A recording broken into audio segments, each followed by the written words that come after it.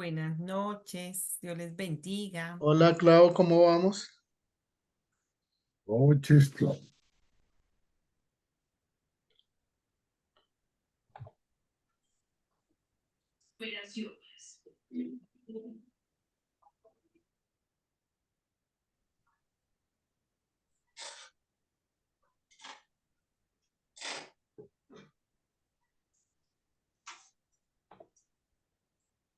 Don Robert, estás en silencio. Quitar esto, muchas gracias. Estaba orando. Ah, Padre, gracias que podemos reunirnos esta noche. Por favor, bendiga este tiempo. Ayúdanos a aprender de ti, de tu palabra. Y vemos que sea el Santo Espíritu de Dios que guía nuestros pensamientos y nuestras palabras de cada uno de nosotros, Señor, y que podemos edificarnos mutuamente los unos a los otros en tu presencia y en tu nombre. En el nombre de Cristo Jesús. Amén. amén. Amén. Entonces, la semana pasada dejamos todo al final de Jueces y muy brevemente hablamos un poco de Jueces y cómo ese libro registra un descenso de la nación de Israel a uno de los puntos más bajos de la historia y como consecuencia de eso, ah, Dios le dificultó a Dios hablar con ellos. um, y los mensajes de Dios eran mensajes básicamente de que por la desobediencia entonces los he abandonado a sus enemigos. Entonces, con la ayuda de Dios hoy vamos a hablar un poco de Samuel en adelante. Entonces, en el libro de Primera de Samuel, Dios habla a Ana a través de Elías y es interesante porque parece del relato bíblico allá que Elí ni está consciente que Dios está hablando a través de él. Él dice algo a Ana como, pues, que Dios le contesta su oración, ve en paz. Y Ana se va contenta y se vuelve a tener apetito y a vuelta del año Dios ha respondido a su oración. Poco después de eso, en Primera de Samuel, encontramos un hombre de Dios que aparece y habla a Elí pronunciando juicio contra él y toda su familia por el hecho de que, según el hombre de Dios, Elí ha honrado a sus hijos más que a Dios. Y poco después de eso, el joven Samuel llega y ministra en el templo junto con Elí. Y es interesante, en 1 Samuel 3, 1 y 7, allá tenemos unas palabras. Dice que en esa época la palabra de Jehová escaseaba. En aquellos días no había visión con frecuencia. Y más adelante dice, y Samuel no había conocido aún a Jehová, ni la palabra de Jehová le había sido revelado. Entonces eso era algo nuevo cuando Dios habla a Samuel durante la noche. El sumo sacerdote Elí ni reconoce que es Dios hablando hasta la tercera vez, cuando manda el niño a la cama otra vez y dice, le enseño un poco cómo responder a la voz del Señor. Y luego lo que Dios habla a Samuel en esa ocasión es repitiendo el juicio contra la casa de Elí. Y más adelante en ese mismo capítulo dice que y Samuel creció y Jehová estaba con él y no dejó caer a tierra ninguna de sus palabras. Ahora, esta es una frase, solamente allá en la Biblia se habla de esa frase, pero da a entender que todo lo que Samuel decía de parte de Dios cumplía. Y se cree que es porque Samuel lo que decía era lo que él había entendido, lo que él había recibido a Dios. Entonces, Samuel era una persona que fue muy sensible a la palabra de Dios, pudo entender la voluntad de Dios y pudo ser como vocero de Dios a la nación de Israel.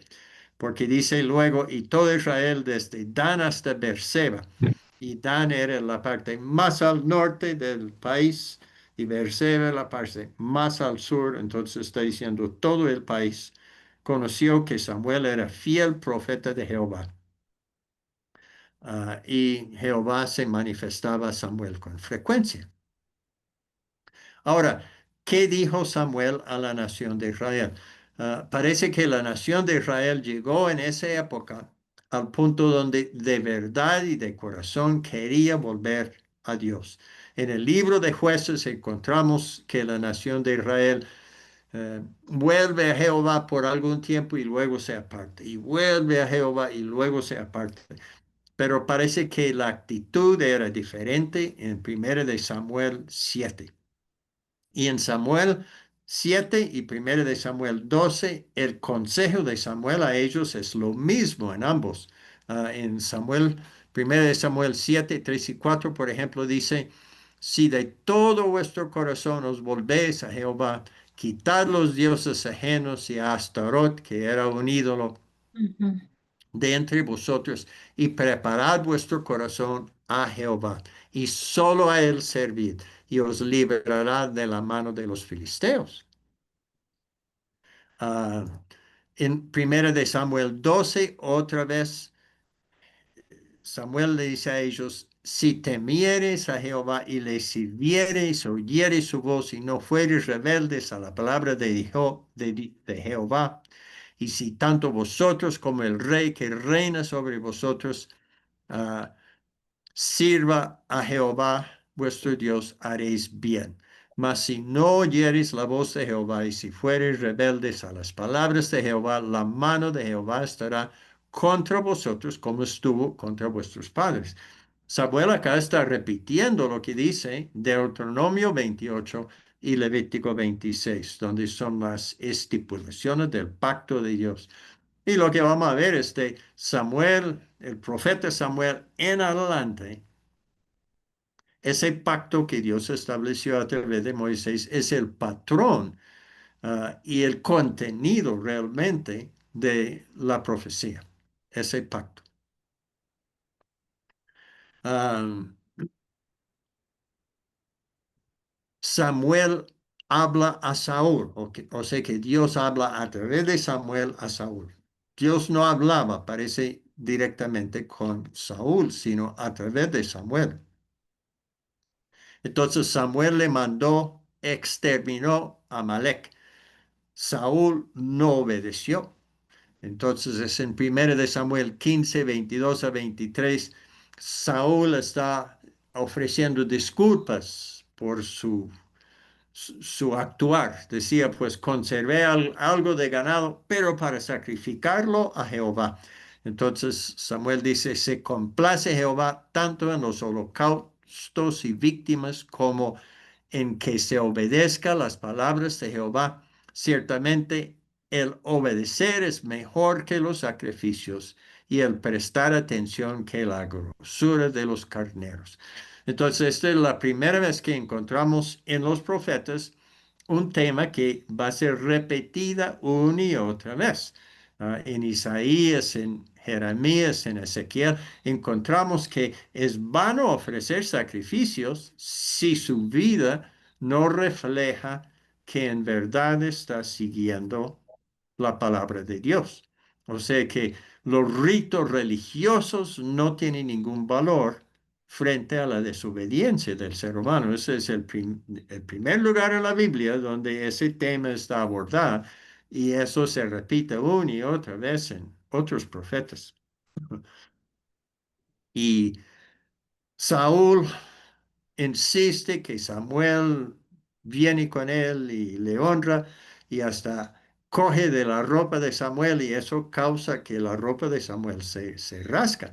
Entonces ahí dice en 15, 28 a 29, Jehová ha rascado hoy de ti el reino de Israel y lo ha dado a un prójimo tuyo mejor que tú. Luego encontramos donde Dios habla con Samuel diciendo, que debe ir y ungir a alguien otro para ser rey en lugar de Saúl. Y en 1 de Samuel 16, 7, creo que este es un versículo clave. Jehová respondió a Samuel, no mires a su parecer ni a lo grande de su estatura, porque yo lo desecho. Si usted se acuerda, Saúl era un hombre de grande estatura, era más alto que cualquier otro israelita, y de Ay, buen parecer, y era un rey como todas las otras naciones. Pero Dios ahora escoge un rey que dice que está conforme a mi corazón, que es una cosa completamente diferente. Entonces, más adelante dice que los hombres miran lo que está delante de sus ojos, pero Jehová mira al corazón. Entonces, Samuel unge a David para ser rey de Israel. Ahora, David es un personaje como cualquiera de nosotros que tiene su lado bueno y su lado malo. A veces me hace pensar en Abraham. Abraham a veces mostraba mucha fe, pero a veces casi nada de fe. Y David es lo mismo. Y vamos a ver a través de la vida de David que cuando él consulta a Jehová, le va muy bien, pero varias veces no consulta a Jehová y toma decisiones pésimas, aún en la primera parte de su vida, antes de llegar a ser una sí, persona importante en la nación de Israel.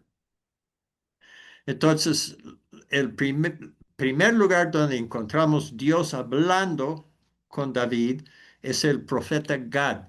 En 1 Samuel 25, 22, 5, el profeta Gad dijo a David, no estés en este lugar, anda, vete a la tierra de Judá.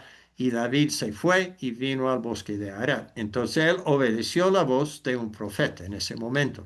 Y de ahí en adelante encontramos varios lugares donde David consulta a Jehová. 23:2. David consultó a Jehová diciendo, iré a atacar a los filisteos. Luego 23:10 a 12. Preguntó a Jehová, ¿descenderá Saúl acá? Y luego me entregará los vecinos de Keila. Y en 1 Samuel 25:32 encontramos que David no consultó a Dios en el asunto de Nabal y casi cometió un error muy grande. Entonces, eso vemos en el relato de David varias veces que consulta a Dios y le va bien. Y luego él toma una decisión. Lo interesante es que la palabra de Dios no dice David no consultó a Dios, sino que no dice nada. Que David toma su decisión según lo que le parece bien hacer y en ese luego el relato, la narración nos muestra que o comete un error o que en algunas ocasiones acá Dios, por misericordia, por gracia, hace que no caiga en la desgracia que le esperaba por no haber consultado a Dios. Hay varios ejemplos que vamos a ver. Luego, 1 Samuel 27:1, David no consultó a Dios. La palabra de Dios no dice eso, pero no dice nada, no dice que consultó a Dios. Entonces, él decidió ir y vivir donde los filisteos. Y ese es un momento cerca al final de la vida de Saúl. Saúl está desesperado y por primera vez en su vida trata de oír la palabra de Dios, pero Dios no le responde porque hay una historia de desobediencia, de rebeldía, y Dios no responde a Saúl. Ahora, porque David está viviendo con los filisteos, va a haber una guerra grande entre los filisteos y Israel. Y David y sus hombres van con el gobernador filisteo para pelear contra Israel. Pero los demás gobernadores filisteos no lo aceptan y le manda a David de regreso a Ziklag. Entonces, pues yo creo que el hecho de que David no consultó a Dios antes de ir a vivir con los filisteos, los enemigos de la palabra del pueblo de Dios, ¿no? Que esto era un error que cometió, pero Dios en su gracia libró a David a tener que, pues, ir a la guerra con los filisteos. Yo no sé qué hubiera hecho David en ese momento y sus hombres. Es difícil de saber porque estaba en una situación para mí muy difícil, pero Dios le libró de esa situación. Y enseguida, cuando regresa a donde vivía, encuentra que algunos bandidos habían llevado todo, incluso la gente, y sus propios hombres están a punto de apedrear a David, porque están tan bravos con él. Pero allá en Primera de Samuel dice, versículo, bueno, capítulo 30, versículo 6 a 8, dice, David se fortaleció en Jehová su Dios, y luego más adelante, y David consultó a Jehová, y Dios le mostró qué hacer, y le dio la victoria, y le restauró a David frente a sus hombres. Entonces, ahí en adelante se ve varias veces que David consulta a Jehová y tiene victorias grandes contra sus enemigos. Su reino está establecido y la gente le quiere mucho. Pero luego David quiere llevar el arca a Jerusalén, pero no consulta a Dios, no dice nada ya, que él buscó en la palabra de Dios cómo hacerlo, no preguntó a Jehová si debe hacerlo, tomó la decisión nomás y como consecuencia una persona pues Ujú. relativamente inocente muere porque toca el arca y la ira de Dios sale contra esa persona y esa persona muere. Debería haber sabido de las escrituras cómo llevar el arca. Porque en el libro de Deuteronomio, en capítulo 15, dice que cada rey de Israel debe tener una copia del libro de la ley y debe leerlo todos los días para que no se enaltece su corazón. Así dice en Deuteronomio 15. Ese es un deber del gobernador de la nación de Israel. Parece que David, pues, no lo hizo porque no sabía cómo llevar el arca. Ah, Más adelante sabemos que pudo llevar el arca con éxito porque lo hizo conforme a las escrituras. O David encontró eso en las escrituras o alguna persona le informó cómo debe ser el traslado del arca. Pero la primera vez David no consulta a Jehová. En 2 de Samuel, capítulo 7, hay un profeta que habla a David, el profeta Natán, y promete que un descendiente de David hará una casa eterna. Nosotros sabemos que ese descendiente es el Señor Jesucristo. Parece que David creía que era Salomón y que la casa iba a ser el templo que Salomón construyó. Pero vemos a través de la historia que eso realmente no cumplió esta profecía en 2 de Samuel 7. Quien cumplió esa profecía fue el Señor Jesucristo, porque el Señor Jesucristo en Juan capítulo 2 dice, destruye este templo y lo levantaré en 3 días. Y estaba hablando de su cuerpo. Entonces, el Señor Jesucristo ahora es el que cumple esta profecía de Natán en 2 de Samuel 7. Luego llegamos al asunto más triste de la vida de David. Él no consultó a Dios acerca de si debe acostarse con Betsabé. Eh, Debe haber sabido que esto era un pecado. Éxodo 20:14 dice que no adulterarás, no comete adulterio.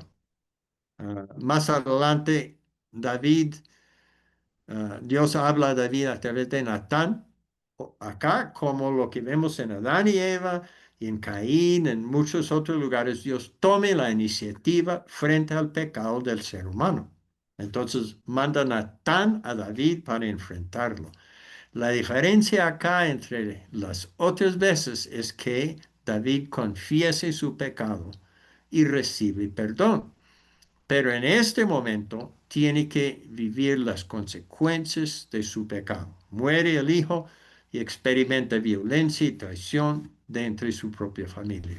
En otras ocasiones, Dios le libró a David de las consecuencias de no haber consultado a él, pero en esta ocasión no. Porque esta es una cosa David debería haber sabido de las escrituras y probablemente ya sabía que lo que él estaba haciendo era prohibido por Dios, pero lo hizo de todas formas. Entonces, pues lo que vemos es que cuando la naturaleza pecaminosa domina al ser humano, ya no buscamos a Dios. ¿Sí? Es en el libro de Santiago donde habla de cómo la tentación puede ser lo que causa el pecado.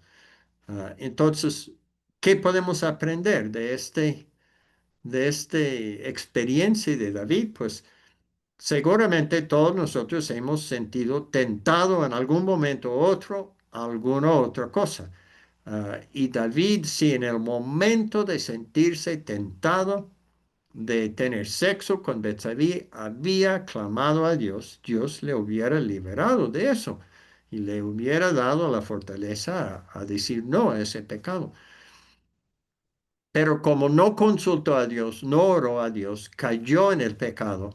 Y como dice Éxodo capítulo 20, no sufrió solamente David, sino su hijo Salomón, donde David tenía no sé cuántas mujeres. Salomón tuvo 1000 y las mujeres desviaron su corazón. Como consecuencia de eso, el reino fue dividido como consecuencia de la desobediencia de Salomón. Y por generaciones, yo digo, la nación de Israel sufrió por este pecado que cometió David con Betsabé. ¿Mm? Ah, David parece que aprendió una lección porque en 2 de Samuel 21 encontramos que David nuevamente consulta a Jehová cuando hay un asunto de un hambre en la tierra. Más adelante, David no consulta a Jehová otra vez cuando ha decidido tomar un censo. Ya es muy interesante porque en 2 de Samuel dice que, ah, que Dios incitó David contra la nación de Israel, pero en Primera de Crónicas 21:1, donde relata la misma cosa, dice, pero Satanás se levantó contra Israel e incitó a David que hiciese censo de Israel. Entonces, hay algo pasando acá que yo no entiendo completamente. En una de las citas dice que volvió a encenderse la ira de Jehová contra Israel. No sabemos por qué. Y dice que incitó a David contra ellos. Pero en Crónica dice que Satanás se levantó contra Israel e incitó a David que hiciese censo. La misma palabra, incitó. Entonces, hay algo que está pasando acá. Lo que sí encontramos es que a veces Dios puede usar el liderazgo de una nación para disciplinar la nación. Eso encontramos en algunos lugares, en Primera y Segunda de Samuel, Primera y Segunda de Reyes, Primera y Segunda de Crónicas. Y creo que todavía actúa en la modernidad, aunque nosotros, ninguna nación hoy día es el pueblo de Dios. El pueblo de Dios está compuesto de algunas personas de cada nación y de cada idioma. Entonces, no hay una entidad política que podemos decir, este es el pueblo de Dios. Eso no existe hoy. Pero creo que hoy día todavía Dios actúa a través de gobiernos para disciplinar a veces a naciones o posiblemente disciplinar a su iglesia. La iglesia tiene el mandato de Dios de estar orando por los gobernadores donde quiere que ellos estén ubicados. Ah, y yo creo que es un indicio de si la iglesia está obedeciendo ese mandamiento o no, la condición muchas veces, la condición política, económica y social de un país. Porque nosotros somos los representantes del Señor Jesucristo acá en la tierra. Él habla a través de nosotros, Él ama a través de nosotros, Él actúa a través de nosotros. Y uno de sus mandatos es eso, orar por el gobierno. Y pues la situación del país, en mi opinión, refleja qué tan obediente la iglesia está siendo en ese mandato. Entonces, algo para darnos a pensar.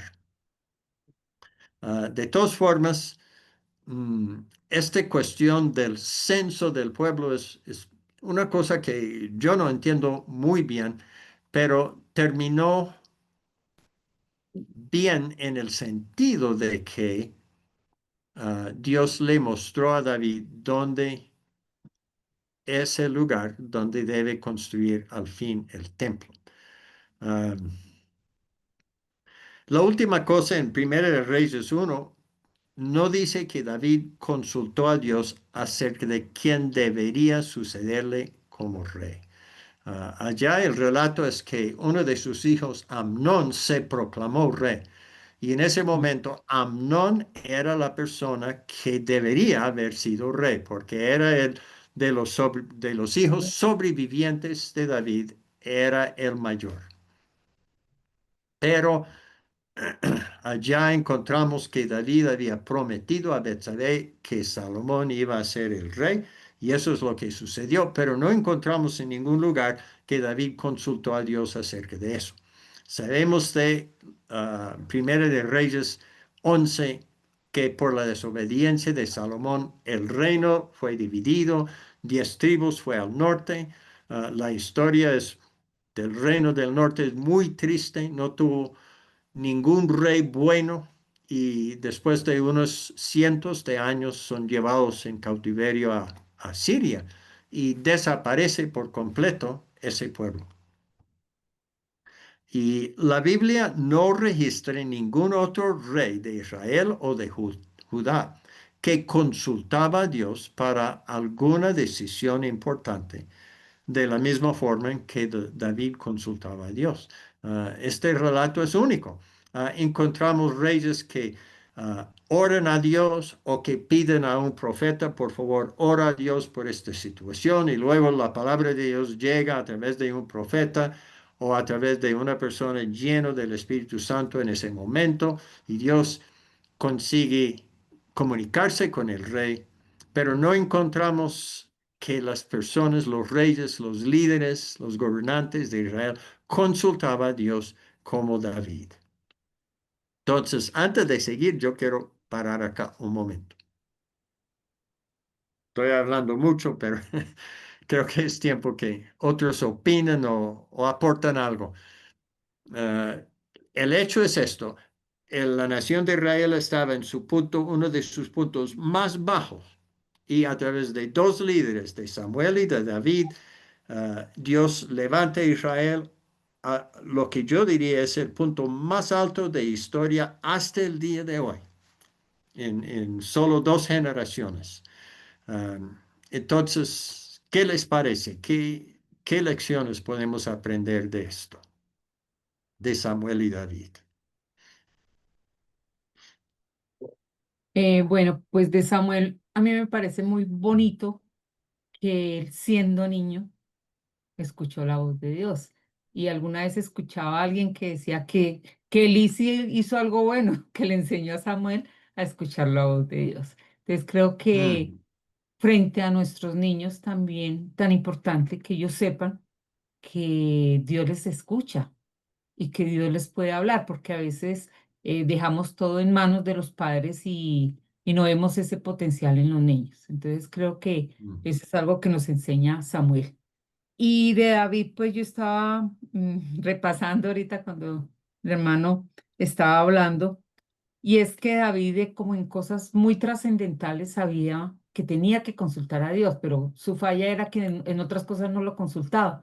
Y creo que a nosotros nos pasa lo mismo. De pronto sabemos muchas cosas, bueno, con quién me voy a casar, voy a consultar, de pronto un trabajo, pero en el día a día, como que vamos seleccionando, no, pues yo no necesito que Dios consultar esto a Dios, yo tengo como sentido común y tengo mis razones, mis argumentos y no consulto a Dios. O sea, con este ejemplo de mm, David de caídas, de subidas y bajadas, es que definitivamente debemos consultar a Dios en todo lo que hacemos.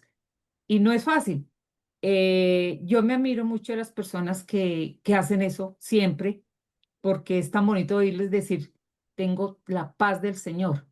A mí me ha pasado que yo he tomado decisiones y no tengo la paz del Señor. Creo que es por impaciencia o también puede ser incredulidad. Entonces es algo que nuevamente David nos enseña, ¿no? La vida de David nos enseña mucho porque se parece mucho a nosotros y es que él a veces aplicaba su juicio y listo. Y decía, esto es así. Mm. Y por ahí iba y no consultaba a Dios. Y el pensar que tengo que consultarle a Dios en todo lo que hago, pues es interesante, ¿sí? De pronto alguien dice, no, pero es Mm. que pues Dios a mí me da una capacidad de raciocinio, pues, o sea, yo también puedo hacerlo, pero qué bueno tomarlo siempre y saber que tenemos la paz del Señor en lo que hacemos. No es fácil. Mm. Sí, no es fácil. Yo comparto todo lo que usted dice. Mm.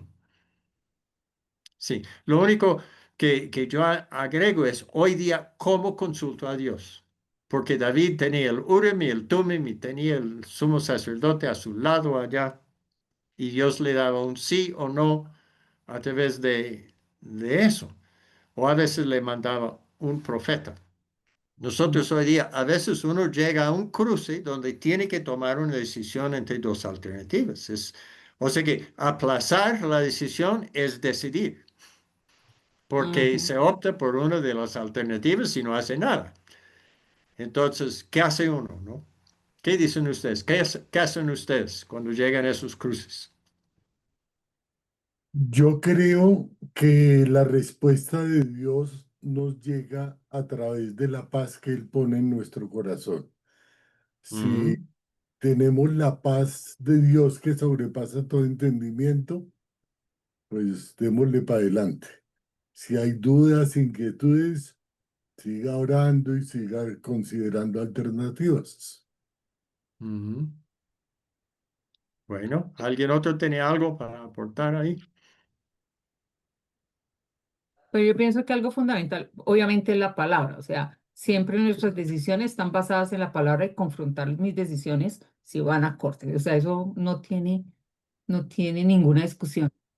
Mm. Pero también está el Espíritu Santo y ahí es cuando uno, pues también puede, bueno, puede llegar a cometer algún error porque, bueno, puedo decir, Dios me está hablando a través del Espíritu Santo, tengo este presentimiento, no tengo paz. Porque el Espíritu redarguye, ¿no? ¿Sí? E intercede Mm. por nosotros y la palabra nos redarguye. Entonces, ya con el obrar del Espíritu Santo en nuestras vidas creo que es más difícil, porque uno puede llegar a equivocarse. Sí, bueno. Mm. Sí, y la oración, o sea que yo, una de las cosas que yo hago es lloro a Dios, Señor, yo sinceramente quiero hacer lo que tú me guías a hacer. Tengo que tomar una decisión ahora y confío que me Mm, vas a guiar. Ujú. Y no ujú. sé qué más hacer a veces. Mm. Carlos levantó la mano. ¿A quién tenemos? Ah, Sí, bueno, Carlos. sí, mire, precisamente una de las preguntas que tenía era ¿por qué hacer el censo fue pues un pecado tan grande? Bueno, ya será una cuestión de poderlo investigar bien. Mm. Creo que un problema que tenía David es esos altibajos emocionales que a lo mejor podemos tener nosotros. Y cuando vienen cosas que pensamos que son buenas, sin consultar a Dios, pues mire todo lo que puede acarrear. O sea, creo que deberíamos ser como Samuel cuando era niño, que escuchaba la voz de Dios. Y, profe, usted dice que hay un texto bíblico, no lo pude tomar, de que todo gobernante debe tener una copia de las escrituras. ¿Cuál es ese texto Deuteronomio. bíblico? Lo, yo no tengo eso memorizado. Déjame y lo tengo listo para la próxima semana. Pero es en Deuteronomio, creo que es en Deuteronomio 15 o puede que es 17, pero es por ahí. Eh, es el mismo texto donde dice que el rey no debe tener muchos caballos o muchas mujeres y no debe casarse con mujeres extranjeras. Y allá en alguna parte, más adelante, dice que cada uno debe tener una copia de las escrituras y debe leerlo todos los días. En Deuteronomio 17, 18. Bueno, sí, entonces no era el 15. Ujú. Sí. 17, 18, sí. Bueno, muchas gracias, hermana. Mm. Bueno, sigamos. A ver si nos desatrasamos un poco hoy y aprendemos algo. Salomón y Roboam. Entonces, Salomón es una persona interesante porque a veces hace cosas que nos parecen ejemplares. Por ejemplo, Dios le dice, Salomón, pídeme lo que quieras en un sueño. ¿Sí? ¿Qué diría usted si Dios dijera eso a usted? Sí, pues algunos pedirían casa o carro, no sé, ¿qué será? Pero Salomón pidió sabiduría, eso agradaba a Dios. Entonces, además de la sabiduría, le dio casi carro. O sea que le dio las cosas que nosotros mundanalmente hablando a veces deseamos con todo nuestro corazón. Pero Salomón no usó esa sabiduría para buscar a Dios. Lo usó para estudiar plantas, lo usó para impresionar a mujeres, lo usó para engrandecerse, enriquecerse, pero no lo usó, parece que para buscar a Dios, porque cuando llegamos a Primera de Reyes 11, dice Dios dice a Salomón, ¿por qué me han desobedecido? Le voy a rasgar el reino de usted, pero no mientras vive, por amor a David. Pero cuando muere, el reino será dividido. Y efectivamente, eso es lo que pasa. Ah, es interesante cuando Salomón edifica el templo de Dios. Él ora a Dios. Usted conoce esa oración largo. ah, y da a entender que lo más seguro es que la nación de Israel va a caer en pecado. Y por el pecado va a haber guerras, va a haber hambres, va a haber destierro. Todo eso va a suceder. Y lo que Dios pide a Dios es que cuando eso sucede, si el pueblo de Dios vuelve a orar a Dios mirando hacia ese templo que Dios le va a contestar. Y Dios dice, pues sí, si me obedece, habrá bendición, pero si me desobedece, habrá consecuencias. Y él dice que una de las consecuencias es que van a derribar este templo y la gente que pase y mire dice que, ¿por qué será que este desastre ocurrió? Y la respuesta va a ser, porque el pueblo desobedeció a Dios. Entonces, eso efectivamente eso es lo que pasó. Entonces, en Segundo de Reyes 12, ah, Dios dice Dios que va a levantar personas que se oponen a Salomón en su vida. Y cuando llegamos un poquito más adelante, encontramos un profeta Ahías. Y Ahías solo habla dos veces en la Biblia. Una vez ahora en Primero de Reyes 11, donde anuncia a Jeroboam que va a reinar sobre 10 tribus. Y le dice a Jeroboam, si obedece a Dios, habrá bendición, pero si no, habrá consecuencias malas para usted. Y luego, cerca al final de la vida de Jeroboam, dice que ahí está un hombre viejito en ese momento, y es Primera de Reyes 14, 3 a 16. El hijo de Jeroboam está enfermo. Entonces él dice a su mujer, disfrácese para que no le reconoce y vaya donde Ahías y pregúntale si mi hijo va a vivir.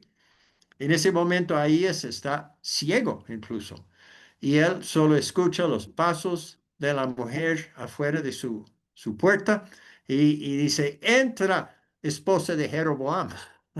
Dios le da entendimiento. ¿Quién está allá? Anuncia que el hijo va a morir y anuncia el final de la dinastía de Jeroboam por la desobediencia. Entonces, acá el profeta Elías solo aparece dos veces. Una vez con el mensaje, obedece a Dios y Dios te va a bendecir. Pero si le desobedece, cuidado, porque habrá consecuencias tremendas para usted. Y ahí encontramos al final de su vida, ahí es anunciando cuáles van a ser las consecuencias de la desobediencia de Jeroboam. Y no es que Dios no habló con Jeroboam, porque en Primera de Reyes 13 hay ese relato largo del hombre de Dios. Y ese es un relato que francamente le digo, yo no entiendo qué está pasando acá muy bien, no tengo claro. Pero el hombre de Dios llega y denuncia el pecado de Jeroboam y predice lo que Josías va a hacer unos 400 años después. Y hay señales allá. El altar se rompe, la mano de Jeroboam se debilita cuando indica al hombre de Dios y luego el hombre de Dios ora y Dios sana su brazo. Pero Dios ha mandado al hombre de Dios no comer o beber nada en Israel, sino regresar a su tierra y allá come y bebe. Pero resulta que hay otro hombre, un anciano, que dice ser profeta de Dios, que va y miente al hombre de Dios, diciendo que un ángel le habló, diciendo que el hombre de Dios debía ir a su casa y comer y beber. El hombre de Dios lo hace y como consecuencia muere. Entonces, y Primera de Reyes 13, 33 a 34 dice, después de este hecho, Jeroboam no se volvió de su mal camino, sino que volvió a ser sacerdotes para los lugares altos de entre el pueblo, al que lo deseaba, lo investía para que fuera sacerdote de los lugares altos. Esto fue motivo de pecado para la casa de Jeroboam, por lo que fue borrada y destruida de sobre la faz de la tierra. Y esto es el patrón de juicio para todos los reyes de Israel de ahí en adelante. A cada uno de ellos, dice, algunos hacían algunas cosas medio buenas, pero dice, pero siguió el pecado de Jeroboam, que hizo pecar a la nación de Israel. Entonces, ¿qué lecciones podemos aprender de este hombre de Dios? Pues en primer lugar, yo digo Gálatas 1:8. Es allá donde Pablo dice que pues yo he predicado el evangelio a usted los Gálatas, pero aunque llega un ángel de Dios y le dice algo diferente, no lo crea. Creo que no dice un ángel de Dios, pero dice que aunque un ángel del cielo llegue y le predica algo diferente, porque el ángel que predica algo diferente de lo que Pablo ha predicado como inspirado por Dios, por el Espíritu Santo, va a ser de pronto un ángel malo, un demonio. Y luego Jeremías, yo tengo toda una serie de citas allá, yo no sé, 11, 12 citas. Esos son todos los lugares en el profeta Jeremías donde Dios dice, os hablé desde temprano y sin cesar, pero, y luego sigue pues algún pecado.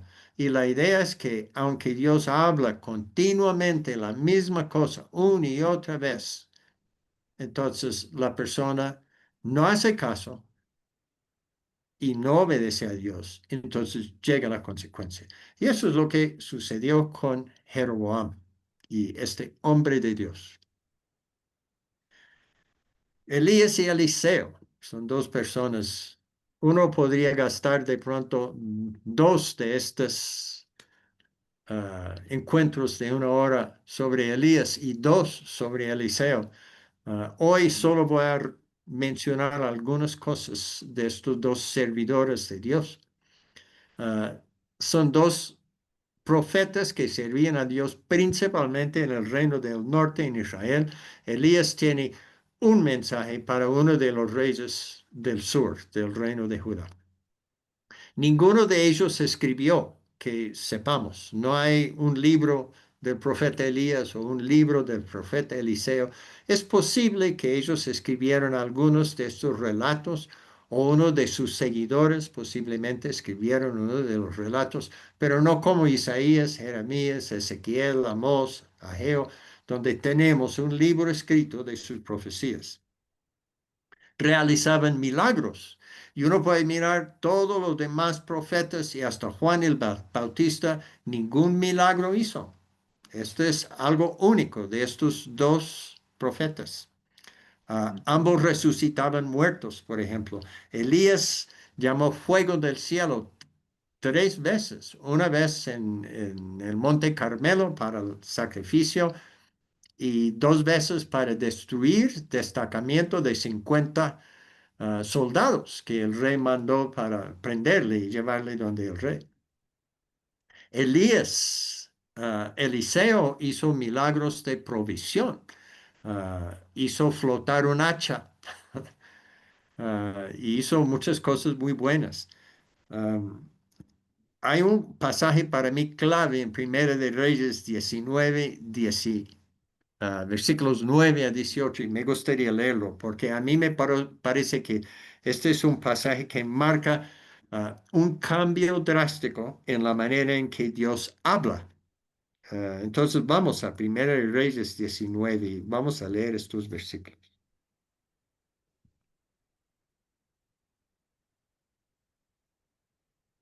Ahora, el contexto de este pasaje es que Eliseo acabó de ganar esa victoria, pues tremendo en el Monte Carmelo, donde hizo caer fuego del cielo. Elías mató 400 o 450 profetas de Baal, corrió delante del carro del rey por una distancia de que 20 y 25 millas para llegar a Jerusalén. Y luego la esposa del rey Acab le amenaza de muerte y él huye 40 días hasta el monte Sinaí. Él llega al monte donde Dios apareció al pueblo de Israel y donde a través de Moisés estableció ese pacto con la nación de Israel. Y usted se acuerda que en esa época hubo truenos, vientos, fuegos, sonido fuerte y Dios se manifestaba a través de esas cosas. Entonces, Elías escucha una voz que le dice, Elías, ¿qué está haciendo aquí? Y Elías protesta que soy el único, que no hay más y me van a matar es a mí. Y Dios dice, pues salga y póngase afuera. Y en ese momento son los versículos que vamos a leer. 1 Reyes 19, 9 a 18. Bueno, y allí se metió en una cueva donde pasó la noche y vino a él palabra de Jehová, el cual le dijo, ¿qué haces aquí, Elías? Él respondió, he sentido un vivo celo por Jehová, Dios de los ejércitos, porque los hijos de Israel han dejado tu pacto. Ah, estableció el pacto en ese lugar donde está hablando ahora. Han derribado tus altares y han matado a espada tus profetas y solo yo he quedado y me buscan para quitarme la vida. Él le dijo, sal fuera y ponte en el monte delante de Jehová. Y aquí Jehová que pasaba y un grande y poderoso viento que rompía los montes y quebraba las peñas delante de Jehová, pero Jehová no estaba en el viento. Y tras el viento un terremoto, pero Jehová no estaba en el terremoto. Y tras el terremoto un fuego, pero Jehová no estaba en el fuego. Y tras el fuego un silbo apacible y delicado, y cuando lo oyó Elías, cubrió su rostro con su manto y salió y se puso a la puerta de la cueva. Y aquí vino a él una voz diciendo, ¿qué haces aquí, Elías? ¿Sí? Entonces Dios hace siglos habló al pueblo a través de esas manifestaciones tremendas físicas. Ahora él habla a Eliseo en una voz, a Elías, perdone. Habla a Elías en una voz pasible. Y Elías repite lo que dijo antes, de su celo y de que no quede ninguno. Y le dijo Jehová en versículo 15, ve y vuelve por tu camino por el desierto de Damasco y llegarás a ungirás a Hazael por rey de Siria, a Jehú hijo de Nimsi ungirás por rey de Israel, y a Eliseo hijo de Safat de Abel Meola ungirás para que sea profeta en tu lugar. Y el que escapare la espada de Hazael, Jehú lo matará, y el que escapare la espada de Jehú, Eliseo lo matará. Y yo haré que queden en Israel 7,000 cuyas rodillas no se doblaron ante Baal. y cuyas bocas no lo besaron.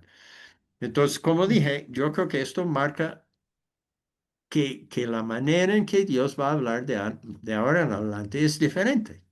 No es a través de esas cosas físicas como el terremoto, el fuego y el viento, sino que Dios va a hablar en una forma más personal, más individual. Ah, y es interesante que pues dice que Eliseo matará. Los únicos que murieron, según entiendo yo, en el transcurso del profeta Eliseo fue los niños que se burlaban de él Ujú. cuando él subía de Jericó a otro lugar. Creo que iba a Betel. Y Eliseo dice que los maldijo y salieron osos y los despedazaron. Entonces, a mi conocimiento, esas son las únicas personas que Eliseo mató. Entonces, no sé qué estaba pasando allá, pero de todas formas, um, una gran diferencia entre Elías y Eliseo. Vemos acá de Elías que él sentía muy solo, que no se relacionaba con otras personas creyentes, mucho menos otros profetas. En cambio, Eliseo tuvo un grupo grande. En una ocasión alguien le mandó unos 20 panes y él dice a su siervo, pues comparte los panes con la gente que está acá. Y el siervo dice, entre 100, ¿qué va a ser unos 20 panes? Y Eliseo insiste, pues reparte los panes. Y alcanzó para todos, todos comieron y hasta les sobró. Igual como el Señor Jesucristo que hizo que 5 panes y 2 peces llegaron a alimentar 5,000 hombres sin contar mujeres y niños. Entonces, una diferencia entre Elías y Eliseo es su nivel de relacionarse con otros seres humanos. De todas formas, mm, el mensaje de Elías fue arrepentimiento. Muchas veces el mensaje de Eliseo tenía que ver con cosas físicas, cosas, o sea que no encontramos a Eliseo hablando, enfrentando a reyes o a personas con su pecado, llamándoles a arrepentimiento. Entonces hay dos profetas que seguían el uno al otro y una gran diferencia entre ellos en realidad. Casi terminamos con lo de este día, pues este parte. Entonces voy a seguir ahora y luego un tiempito de hablar después. El relato de Jacob y Josafat. Josafat en general era un rey bueno, tanto Ujú. Reyes como Crónicas le tilda como una persona que en general obedecía a Dios, pero cometió un gran error y eso era que hizo alianza con Acab y dio su hijo en matrimonio a la hija de Acab. Ese hijo encontramos más adelante, se llama Atalía. Eso trajo desgracia sobre sus hijos hasta la tercera y cuarta generación, igual como dice en Éxodo capítulo 20. Y Atalía es la mujer que al fin mató a todos sus nietos, con la excepción de uno que fue salvado de la muerte y él llegó a ser rey Joás. Eso era la cuarta generación. Cuando los efectos negativos de este error que cometió Josafat de hacer alianza con un incrédulo, con una persona pues mala, y dar su hijo en matrimonio a la hija de él, ah, al fin las consecuencias de ese pecado se terminó en la vida de Joás, la cuarta generación. Am, Cuando Acab le invitó a ir a la batalla con él pidió, pues consultamos a Dios. Acab trajo una cantidad de profetas de Baal. Josafat reconoció que esos no eran profetas del Señor y pidió que no hay un profeta verdadero acá y llaman a Micaías. Micaías predice derrote de Acab y muerte para Acab. Y de todas maneras, Josafat va a la batalla con él, lo acompaña. Aunque Acab, tal vez haciendo caso a la profecía de Micaías, se disfrace para que nadie pueda reconocer que él es un rey. Y le dice a Josafat, usted entra a la batalla con sus vestidos reales. Y Josafat lo hace. Entonces yo no sé qué está pasando acá. Pero es cuando hablamos de que la hermana Marta habló de, a veces creemos que tenemos sentido común y que sabemos y podemos tomar decisiones. Pues acá parece que Josafat está tomando las decisiones en contra de toda sabiduría y de toda inteligencia. De todas formas, Dios le libra de morir y causa que Acab muere. Entonces, Dios tuvo gracia con Josafat en esto. Acab murió, pero hay un profeta Jehú, no es el mismo Jehú que mató toda la familia de Acab más adelante, es otro Jehú que es profeta, denuncia el pecado de Josafat en 2 de Crónicas 19, 1 y 2. Y básicamente dice a Josafat, usted se hizo amigo con el enemigo de Dios. ¿Qué estaba pensando? Y yo digo lo mismo en mi propia vida. Yo sé que he cometido errores brutos y después yo digo, ¿qué estaba pensando en ese momento? Y cómo podemos vivir en una forma para que evitamos estas cosas. Bueno, en resumen, ah, vemos que a esta altura de las Escrituras, en lugar de hablar en forma personal, como habló Dios a Adán, a Caín, a Noé, a Abraham, a Moisés, Dios habla más bien casi siempre a través de voceros. Ya no usa manifestaciones asombrosas como fuego y tormentas. Elías y Eliseo realizaban milagros, pero por lo general, de ahora en adelante vamos a ver que eso no es una característica normal de Dios hablando hasta el Señor Jesucristo. Y como expliqué antes, la diferencia con el Señor Jesucristo es Jesús estableciendo un nuevo pacto. Moisés estableció un pacto, Dios estableció un pacto a través de Moisés. Jesús estableció un nuevo pacto. Los milagros como que parece que acompañan la palabra de Dios en esos momentos cuando hay un cambio drástico en la manera en que Dios va a relacionarse con el pueblo.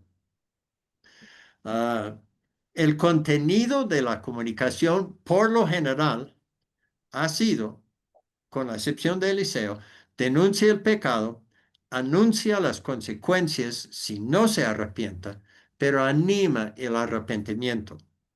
Y el pacto hecho por Moisés es el patrón hasta aquí. Y de aquí en adelante, para todos los voceros de Dios, incluido Juan el Bautista, hasta el Señor Jesucristo. Y luego esa frase que aparece tantas veces en Jeremías, donde dice, hablé desde temprano y sin cesar. O sea que Dios tome la iniciativa, Dios insiste, insiste, insiste en las cosas. Encontramos muchas cosas en la Biblia que son repetidas muchas veces. Ah, y la queja de Dios allá en Jeremías, en cada uno de esos lugares donde dice que hablé desde temprano y sin cesar. Y la queja de Dios es, pero no hiciste caso. Entonces, que no seamos así tercos y porfiados como el pueblo de Israel cuando Dios le habla, nos habla una y otra y otra y otra vez la misma cosa, sino que rendimos a Dios y hagamos caso a Él. Entonces, ¿algún comentario o algo de que alguien quisiera agregar a todo esto?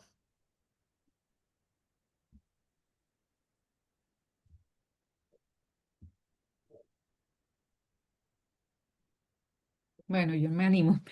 Eh, Sí. Tanto en el caso de Josafat como también de Samuel, la cuestión de las relaciones personales y de la cercanía, o sea, nos hace equivocarnos. En el caso de Samuel, hasta que el Señor le dice, ¿hasta cuándo vas allá a llorar a Saúl? Ya Así. sabes que es mi decisión. Pero Samuel quería mucho a Saúl, o sea, es una amistad muy linda. A mí me gusta, pero Mm, muchas veces por esos afectos uno llega a desobedecer a Dios. Y Josafat, su gran error fue emparentar. Entonces yo creo que eso era un lío de relaciones interpersonales, de intereses familiares con las que él no las pudo manejar. Posiblemente pensó que sí y desobedeció a Dios. Entonces muchas veces uno cree que, o sea, no tiene cuidado de eso y ya uno cuando está en esa situación, cuando ahora sí se casa con el impío, cuando permite que en su familia se establezca estas relaciones, ya a veces se vuelven inmanejables. Le toca que Dios entre y mm, actúe directamente, pero porque es muy complicado, porque son los sentimientos, son la familia, pues lo mismo en Salomón, ¿no? Pues Salomón también termina por sus esposas, o sea, qué tan peligroso es esto de no ser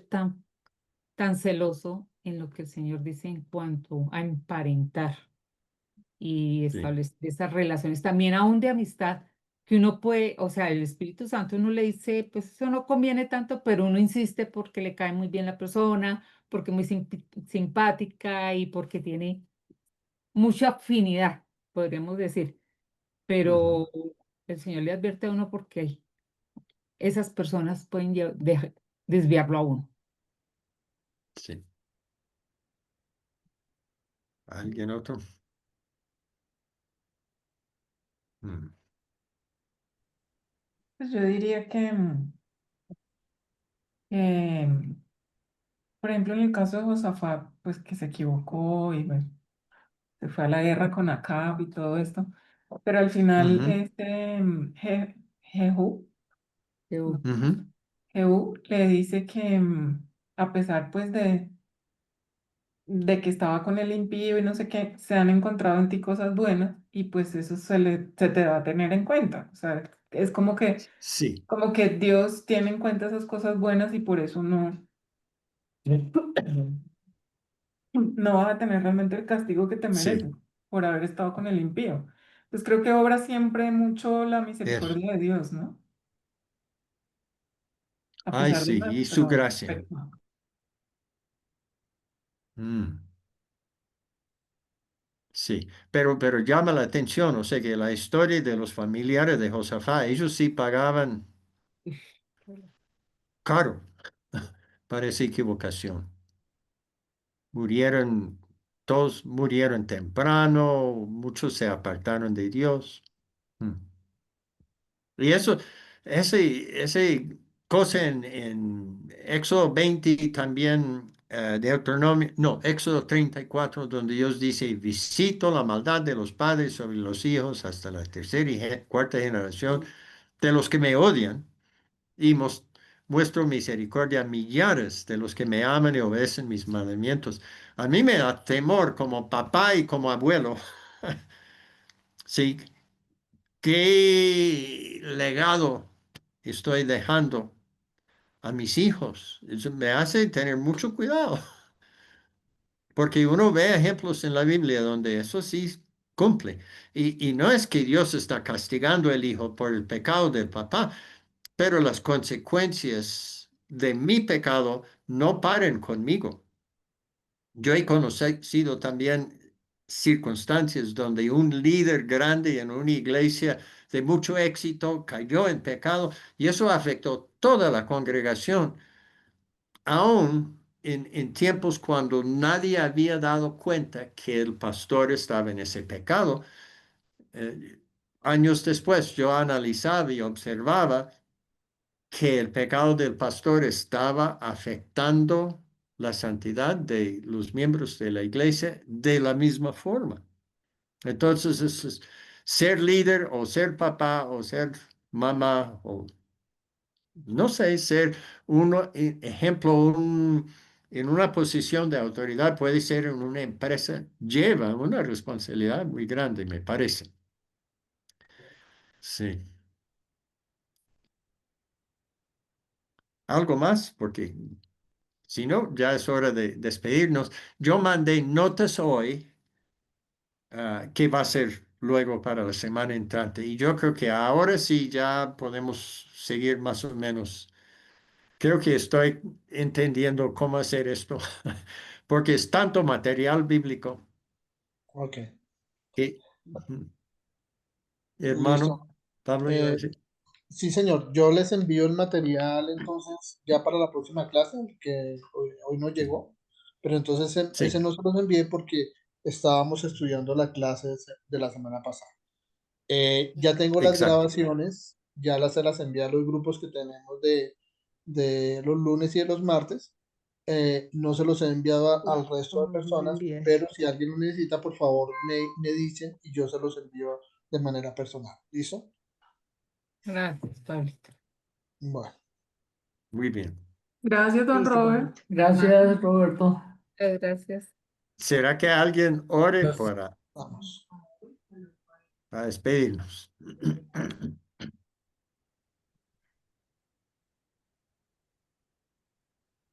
Pastor Señor, Carlitos, gracias por... ah, No, dale, si quieres, dale. Pastor Carlos, si quieres, por favor, nos despedimos. Dale, sí. Ok, agradeciéndole al profesor Robert y a todos ustedes y sobre todo a Dios en esta noche por esta bonita oportunidad de aprender, de conocer más de la escritura. Buen Dios, te damos muchas gracias por este espacio que nos regalas, donde podemos recibir tu enseñanza, donde podemos aprender de tu palabra, pero sobre todo te pedimos en el nombre de tu Hijo Jesús, Señor, que esa palabra que recibimos y que aprendemos podamos practicarla y también enseñarla, Señor. Gracias por estos espacios donde podemos educarnos y sobre todo, Señor, donde podemos estar juntos, todos juntos, aunque no nos conozcamos personalmente, pero en la voluntad tuya así lo has querido. Gracias por el profesor, por el instructor, gracias por quien organiza estas reuniones y gracias por cada persona que hoy se ha conectado con nosotros. Señor, gracias nuevamente en el nombre de tu Hijo Jesús. Amén. Amén. A Amén. todos, muchísimas gracias. Muchas Buenas bendiciones. noches. Bueno, Muchas muchas gracias. gracias a todos. Dios les bendiga. Buenas Bueno, noches. bueno.